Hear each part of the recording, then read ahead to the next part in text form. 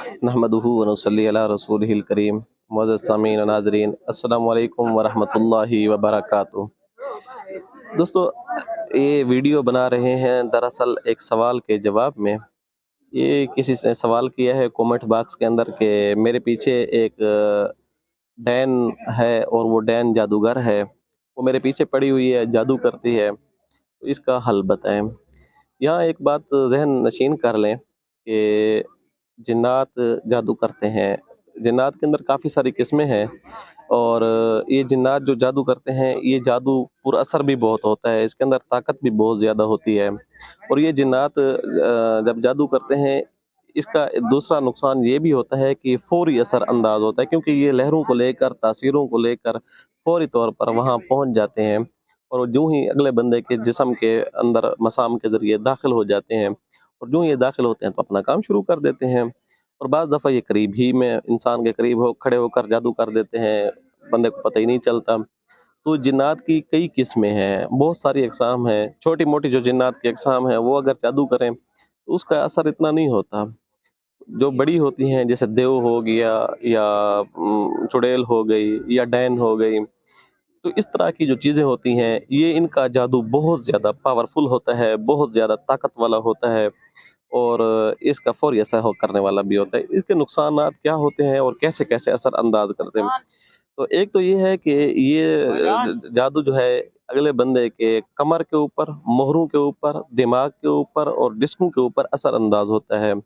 तभी तो इंसान को ये इतना इतना यूज़फुल कर देते हैं कि अगला बंदा बिल्कुल चारपाई पे आ जाता है, चलने-फिरने के काबिल भी नहीं होता।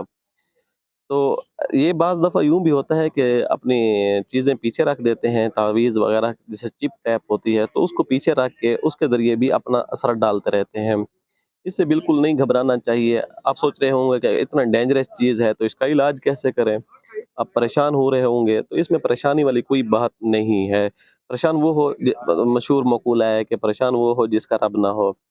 तो इसमें हम अक्सर तौर पे बताते रहते हैं, आप अमलियात बताते रहते हैं, हमारी काफ़ी सारी अमलियात हैं। हमने कई मर्तबा इसमें ज़िक्र भी किया है कि फ़लाँ-फ़लाँ अमाल किए जाएँ, लेकिन डैन के बारे में हमारे कुछ कोई अमाल, कोई वीडियो अपलोड नहीं है। और ये थोड़ी-सी आम रूटीन में थोड़ी-सी इसकी तब्दीली और इसके अंदर तगय्युर भी होता है, वो मैं आपके सामने रख देता हूँ। इस तरतीब से, इस अंदाज़ में जब आप अमलियात करेंगे, आप अमल करेंगे, आपको फ़ायदा होगा। चाहे आप रूहानी आमिल हैं, चाहे आप आम आदमी हैं, चाहे आप किसी भी फ़ील्ड से ताल्लुक़ रखते हैं, आपको हर हवाले से ये चीज़ फ़ायदा देगी। उसकी तरतीब क्या है? उसकी तरतीब ये है कि आपको कुछ भी यानी सब्ज़ा अपने पास रखना होगा, कोई भी सब्ज़ा हो, हरियाली अपने हाथों में रख के मुँह के अंदर इलायची रख लें।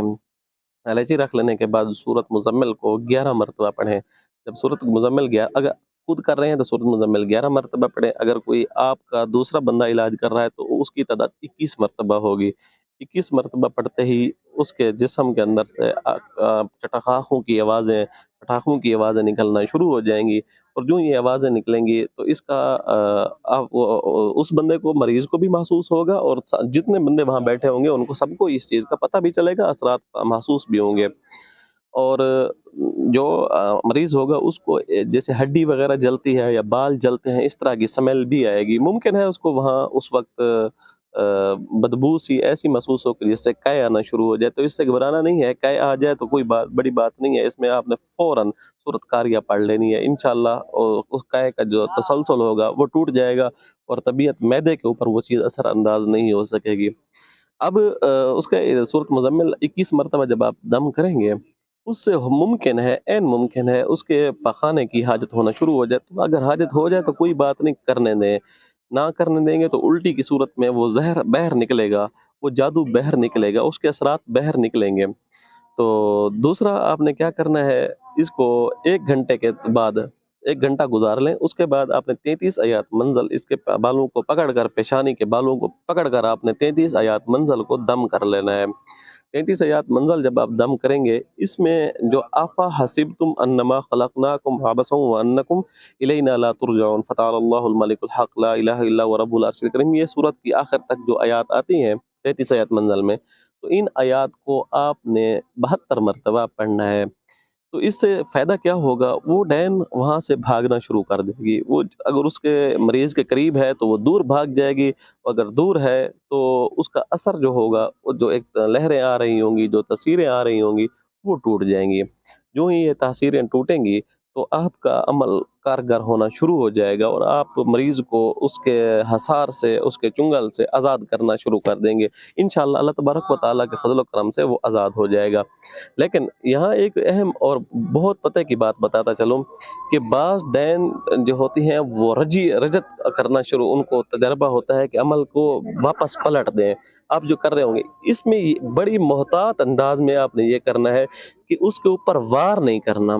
डैन के ऊपर तसव्वुर ये नहीं करना कि हम उसके वार कर, अब ये करना है इस मरीज़ को उसके चुंगल से हम निकाल रहे हैं या उसकी जो तकलीफ़ देती है, उन तकलीफ़ों से आज़ाद कर रहे हैं। अगर आप चाहते हैं कि मज़ीद इसके ऊपर आपको रिसर्च चाहिए, मज़ीद तहकीक चाहिए, तो आप यहाँ कमेंट बॉक्स के अंदर अपनी इस चीज़ें लिख दिया करें। हम कमेंट बॉक्स के अंदर खुद मैं कोशिश होती है मैं सारे कमेंट्स पढूँ और उनके जवाब वगैरह भी देता रहूँ। इसलिए आप परेशान ना हों, आपको जो भी मसला हो यहाँ आप लिख सकते हैं। मज़ीद अच्छी वीडियोज़ के लिए हमारे चैनल को ज़रूर सब्सक्राइब करें और लाइक भी, वीडियो अगर अच्छी लगी हो तो लाइक भी करें। आने वाली वीडियो तक के लिए इजाज़त दीजिएगा। अल्लाह हाफ़िज़।